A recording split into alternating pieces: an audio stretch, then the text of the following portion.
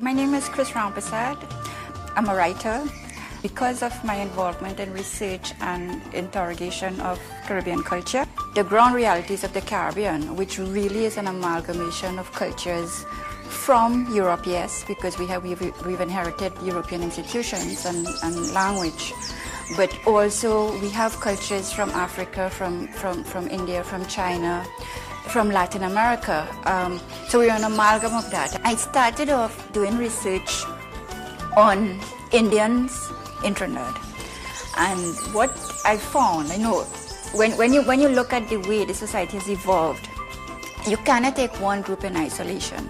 And in fact, recently I've found myself digging deeper and deeper, going back not just into the indigenous cultures, because when the Europeans came, there was a very active, proactive indigenous community that was pretty much engaged with South America and other indigenous communities across the Caribbean and across South America. So I found myself even going back that much further, and even further before that.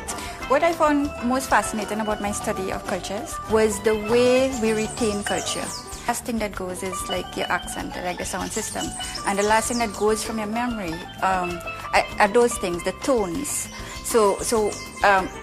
I think that would have been the explanation of why things like music and dance and drama still appeal to people long after they have let go of a whole lot of other aspects of the cultures who have migrated elsewhere, and how they transpose that culture elsewhere. What is particularly interesting is how much the new society is actually the repository of the culture of the old society.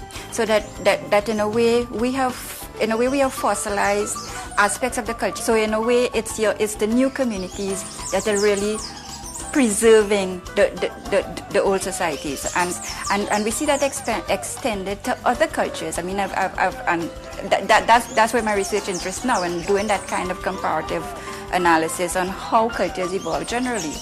The Caribbean is this very rich amalgam of old world cultures and new world cultures, and the new hybrids that are being created in the region. I think is very, very significant to world cultures and world society. Here we've had the experiences in the region of how to manage diversity, of how that evolution takes place.